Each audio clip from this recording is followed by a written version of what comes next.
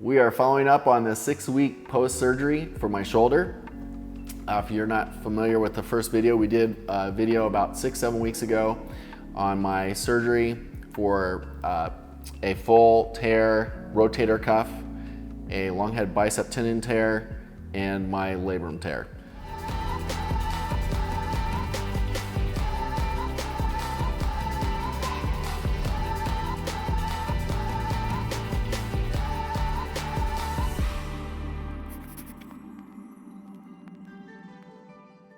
So this is now about 7 weeks post-surgery. And last week I met with my surgeon and he's like, hey, ready to no longer wear the sling 24/7? And I was like, definitely. And we went through a few things that I didn't know from the surgery. I started maybe 3 weeks ago, physical therapy. And when I first went in, my physical therapist is like, your bicep's not reattached where it should be. Maybe you reattached it somewhere else. And I'm like, I have no clue. So he talked to my surgeon and he was right. They actually reattached my bicep, the long head bicep tendon, in a different location where it's not going over or under the rotator cuff. I guess it's gonna less likely tear again by doing that. So it got re-anchored somewhere else.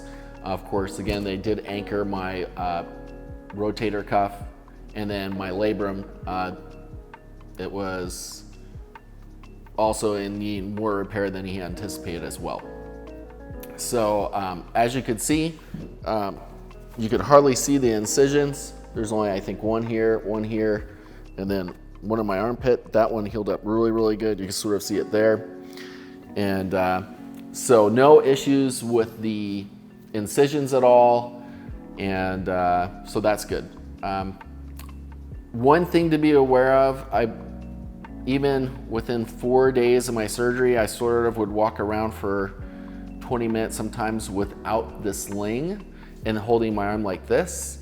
And my surgeon was super pissed that I did that, and I told him 6 weeks during our 6 weeks meeting, because that was really our first time physically talking to each other. And I guess that puts tension on your bicep. So whatever you do when you're going through this, do not do that. And then I'm left-handed. And so after about 3 weeks, the first couple weeks, I definitely couldn't use my hand to eat or anything. So I ate obviously with my right. Can't cut any food, obviously, using this hand at all. So about 3 weeks post, I actually was starting to eat with my left hand, and I started drinking water with my left hand. And when we sat down with the surgeon last week, he's like, hey, you're able to now drink with your left hand. And I'm like, I've been doing that for 3 weeks already.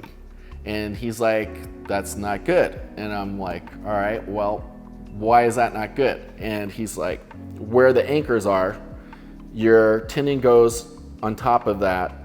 And what happens when you keep moving, it does this. So your tendon does this. So it won't adhere to that area where it should be. And so that was a big no-no on my part. And so that's another warning when they say keep in the sling and just follow, maybe once an hour you're getting out to do your sort of stretches or pendulum movements, to make sure you're not doing anything else. So I definitely messed that up. So he said right now it is September. He said in January, when I'm starting to actually do weights, is when we'll see if I actually messed up that and if it's thoroughly attached or not. He said even if we did an MRI now or in the near future, it's still gonna look like it's attached because it's just sitting on top of the area. You're not gonna tell if it's gonna move and permanently be stable.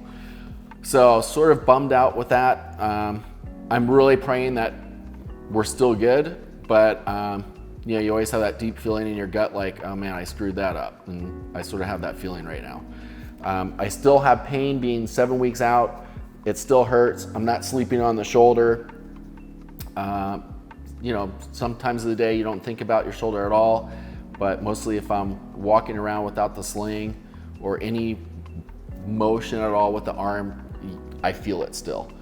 My rear delt, you can see, is like fully gone. which is crazy. Like there's nothing there compared to my right delt. And you can see how much like my right arm is still looking pretty healthy and my left arm is starting to look like a stick. So you can see your body's definitely deteriorating more 7 weeks post-surgery. Realized before that I wasn't doing much upper body workouts anyway because of my shoulder pain, and I'm still not doing any upper body workouts, so I'm sort of surprised that I'm keeping some muscle on for both sides, and probably the right side's doing well just because I'm using my right arm so often.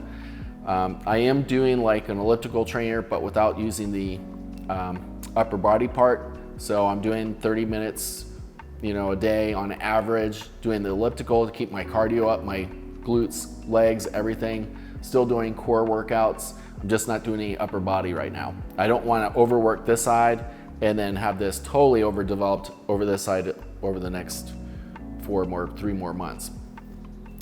So at week 7, we are not doing any resistance yet, like with bands, until week 10 or 11, and really 12, but he's hoping in 10, 11, I'll be able to start doing some resistance work. So we got 4 more weeks before I even do any more resistance work. So we have a little bit more things that I'm doing, like now we're doing these type of stretching, but just with me physically doing it to where I feel it, and then that's it. So I'm not overly pushing myself at all in any of the physical therapy exercises that we're supposed to be doing. I was going to a physical therapist every week, and to be honest, by the time I drive there and do the work, I could do it every day on my own. It's so easy. It literally only takes me maybe 30 minutes if I only do it once a day.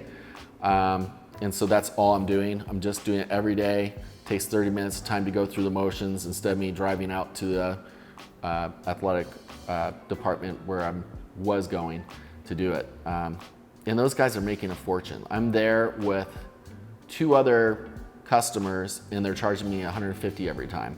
And of course it's going through my insurance. I think my deductible is like $30 for each time I go, but I mean, that means they're making about $450 an hour there with just maybe 1 or 2 assistants in the office. So pretty crazy. So for my grass company, anybody that complains when I have 6 crews going to a service and I charge them only like $250 for an hour, that's a smoking deal.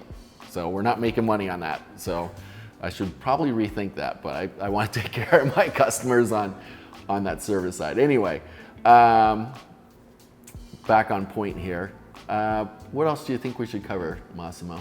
Well, when do you think that you'll be able to start doing upper body workouts? All right, well, good question. So week 10 to 12, we're starting to do resistance. Even at week 10, I'm not supposed to be doing anything heavier than a water bottle still, which is crazy. You feel like you could do more, and when you guys go through this, you're gonna feel like you could lift more. The problem with my surgeon said is even though you're lifting the water bottle and you don't feel anything, that you're still trying to let that heal. So you don't want to lift things until you feel it, because he says that you're going to be damaging it at that point. So realize you could be a big solid dude, but realize it's the tendon, it's not your muscles he's worried about, it's that tendon healing. So I'm actually trying to be super careful over the next several weeks and hopefully making up for me being stupid in 3 weeks in eating and drinking water every day with my left hand. But to answer your question, it would be January is when he's telling me I can start doing weights. And so week 10, 12, start doing resistance bands. That puts us into mid-October. And then so from October, November, December, working with bands, building up my resistance. And then January, sort of have free reins, doing weights, but it'll be super light and to where you physically, you don't want to over push yourself. So it'll be really interesting to see where we are. Maybe we'll do this in another 6 to 7 weeks again. That'll put us right in the beginning of doing the resistance training, letting you know how I feel, how my shoulder feels then. Right now, I'm a little skeptical on if I need to go through this all again. I guess we'll know in January. But if I could tell you anything, if you're doing surgery or going through surgery, post-surgery, when you're wearing the sling, just don't do anything. That's all I gotta say. Just follow their protocol, and it's a total pain in the ass. You're gonna feel like you're fine and do things, but realize any of that motion again can affect how it heals. I wish I could do it over, to be honest, because I would definitely be I'd be a lot more cognizant and not doing stupid shit when I'm in the sling. But lesson learned. I mean, Oh, another thing too that's important. So 4 weeks post surgery, my surgeon didn't want me to do it, but I still went ahead because everybody else told me to do it. That's in professional sports. So I did PRP and Ozone, and I also did a peptide. I think it was like BPC 157 or something like that. And so the peptide, supposedly I'll do that again in 6 weeks. And, I didn't feel any different with it. Sometimes the PRP will mask it.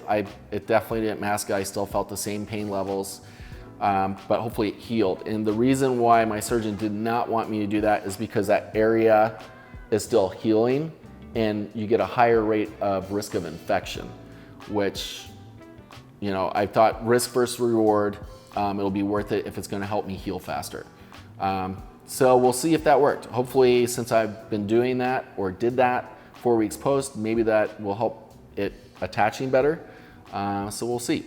Anything else, Massimo, that you want to touch on? That's it. We'll look forward to a future update in about 6 weeks. All right, yep, stay tuned. We'll see you in about 7 more weeks.